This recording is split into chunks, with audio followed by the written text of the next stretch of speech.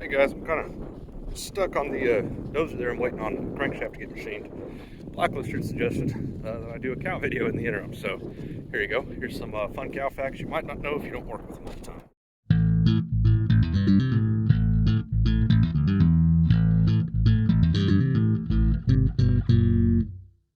All right, here to feed these calves. You'll notice, just leave the gate open behind me.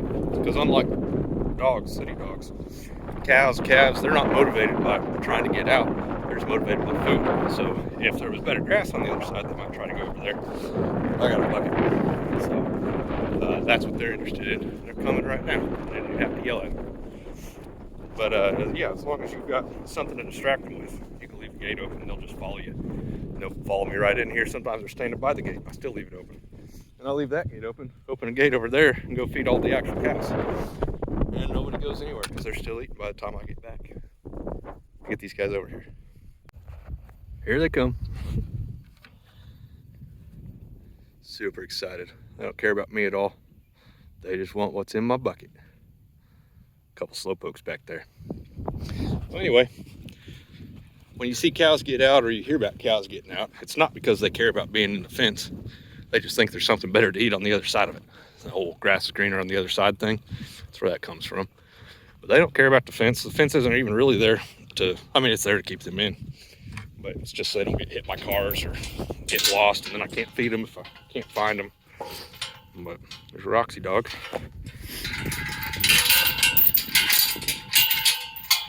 Yeah, feed motivated, not escape motivated. Cow fact number 2. Did you know that cows eat their own afterbirth? One of the first things they do, actually, as soon as they give birth. First thing they always do is clean up the calf, of course. As soon as it's up on its feet and nursing, they eat the afterbirth raw. It's gross to watch. Super necessary, though. I think they probably do it partially out of getting stuff off the pasture so that it doesn't attract coyotes. Just instinctively. More importantly, though, tasting and smelling that afterbirth, getting it all in their nose and mouth, and licking on that calf is what triggers the hormones that tell them that they're a mother. So now they know they got a baby to feed. If they didn't eat the afterbirth, they might not know it. Some younger calves don't figure that out, and you have to help them figure out that they got a baby. Younger cows, I meant to say. Which brings me to terminology that a lot of people seem to get wrong on social media, I've noticed. A heifer is a female cow. She's a young one, though. You're typically referring to one that's never had a baby. Cow, it's just a cow. It's a female cow. Bulls, they still got their nuts. They're males. And steers have their nuts cut off, but they're also males, just not intact anymore.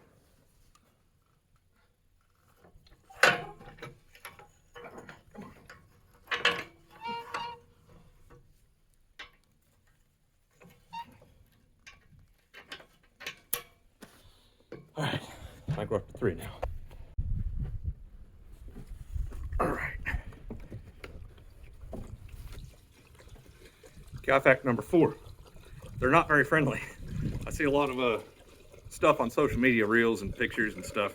It would suggest that you can just walk around petting cows. It's not true. They're mean. I'll show you number 2 here in just a minute. Especially when they got a calf on the ground, they're very protective. We actually like that, though. We don't want nice cows. They're happy, but they're not nice. That maternal instinct, though, is what keeps that calf alive. It's what keeps them protected, because I can't be here all the time with a rifle or something to kill coyotes. But mama cow, she's there all the time, and they're tough, and they can kill all kinds of stuff, and they know it. And what they'll do is they get whatever's bothering them down on the ground, and they just smash their head into them and put all 1,000 or so pounds, 1,100 pounds, 1,200 pounds of their weight right into their rib cage and crush them. They suffocate them, kind of like a python or something would, right? Just smash all the air out of them until they die. So, and they'll do that to humans too. So I had a good friend of mine that wanted to bring her little bitty daughter out to pet the calves. It's not an option. The cow will kill you in a heartbeat, especially a little bitty baby. So yeah, not friendly. Speaking of pet cows, I don't know how this rumor got started. People talk about cow tipping all the time. Guys, cows lay down when they sleep, just like anything else. I mean, you ever see a dog sleep standing up? Of course not. Cows don't sleep standing up. They lay down. You can't tip a cow over. Even if it did fall asleep on its feet. By the time you walk up to it, it's going to wake up, and it's either going to run away or it's going to kill you. It's fake. Anybody who tells you they've been cow tipping, they're lying. Try to get you guys a look at these calves I got on the ground right now. Well, that's his mama right there. You'll notice he does not have a tag in his ear. It's because she won't let me catch him. There's this other one.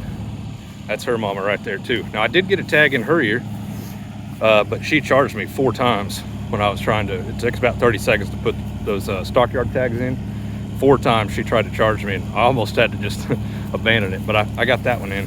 This little guy though, I could have caught him easy enough that day, but mama wasn't having it. She is super protective. Those good maternal instincts are what we like. Now, if I grab this guy right now, he'd bawl, and man, she'd be on me like lightning. It's crazy. So maternal instinct, so it's good. It protects them from coyotes, especially wild dogs are a bigger problem than coyotes generally. This little heifer girl. Now you notice her tag's in the left ear. That's because she's a girl. That steer, when I do get a tag in him someday, it'll go in his right ear. And then, oh, where'd she go? See the number there? Maybe hard to see, but it's 350 is her number. That's because this is 2023, and her mama is number 50, right? So 350. So I know she's a 23 model. I know her mama's number 50. So for record keeping throughout the year, it's easy just to look out and tell who's who and what's what. So that's why we put tags in their ears. That's why this guy's gonna get one eventually. This guy's a 1682. He's actually a 21 model. A little bit different number system. They have a 3-digit number system, the guy that I bought him from. Look at this little guy. So cute. All right, moving on. Gotta go put this hay out. Not really a cow fact, but did you know that hay bales only really want to unroll in one direction? If you have an actual bale unroller, you can unroll in either direction, but just pushing them the way I usually do, they only roll in one direction. You can see the kind of direction of the hay. It's hard to see on camera, maybe this bale in particular, it's hard to see. Whichever direction that's pointing though, that's the way you're gonna roll. Speaking of,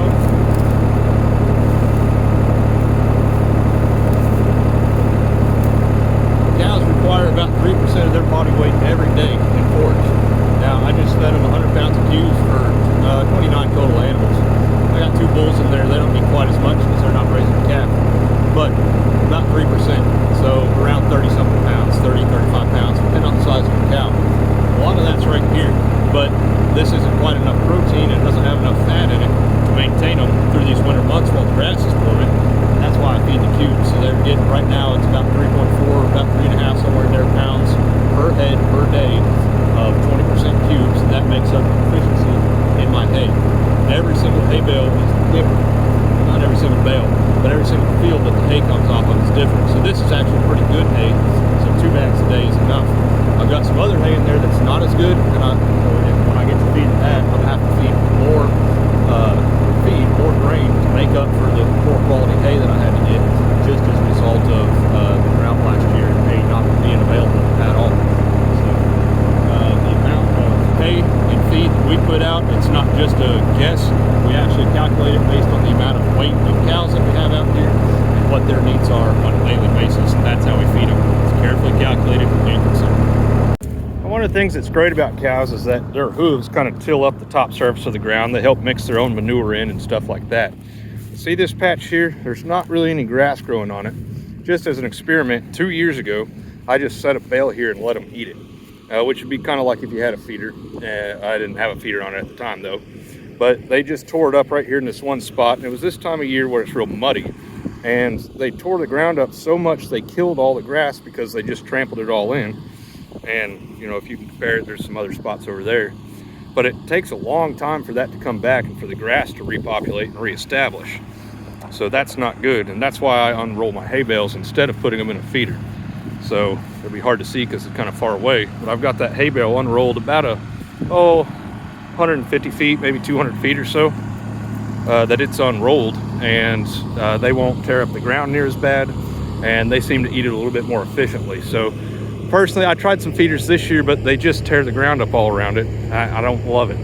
So the places where I've put feeders, mineral feeders and stuff like that, feed tubs, they just destroy the grass, and it's hard for it to come back, especially if you have drought years like we did last year. So that's why I unroll the hay bales. One last thought before I leave. I hear all the time that animal agriculture is bad for the environment, but you know, guys, it's really not. People always want to talk about stinky cow farts and the methane associated with it. Look it up. It's easy to find out. Methane is CH4. It's natural gas. It's odorless. So what you're smelling is not methane. Granted, there is methane, but we fart methane as well. So do deer and every other single mammal on the planet. There's more methane emissions actually from landfills and lakes because of biological turnover at the bottom of the lakes that creates more methane than cattle do. And as far as CO2 emissions go, if we do this right, and I just talked about where I screwed up and kind of messed up my grass in that spot, that's not the right way to do it, but I learned. If we do this right though, cattle can actually sequester more carbon in the ground because of the way the plants grow down. They store the carbon in the roots. The cows eat the tops of the plant. They kill off the roots in order to regrow the plant, but they leave all that carbon down in the soil. And over years and years of that cycle, we can actually fix carbon back into the soil with the plants, using animals to maintain it. So not environmentally bad. Besides, we live out here, look at this view every night. One last thought. I didn't want to sound preachy there at the end. Like, if you guys are vegan or vegetarian or whatever, more power to you. I don't care. I love you guys all. I would say though, if you can find local agriculture that produces the produce that you eat, you should look into it. If you can afford it, they'd sure appreciate it. And I love supporting local ag anywhere I can, whether it's animal or plant, doesn't matter. It's just awesome. Not enough people are involved in agriculture. It's extremely rewarding work, and I just love it. So, however, if you do eat beef and you happen to live in Oklahoma, slip into my DMs on Instagram, because these 4 or 5 calves over here, I got 4 of them left. They will be for sale in August as halves and wholes. See them right here, healthy and happy, living their best life. Wondering why I'm back out here. But if you're interested in a half or a whole steer, feel free to hit me up, and we can talk about pricing and what you can expect and what you're going to get from them. Right there, beautiful. Love them all. Look at this guy. This one here, where's he at? He's in the middle. Yellow one there, he's my favorite. So a couple of them are spoken for. I've only got 5 this year. So if you want one and you're local to me, first come, first serve. When they're gone, they're gone. I'll have more next year, and we'll be doing more after that.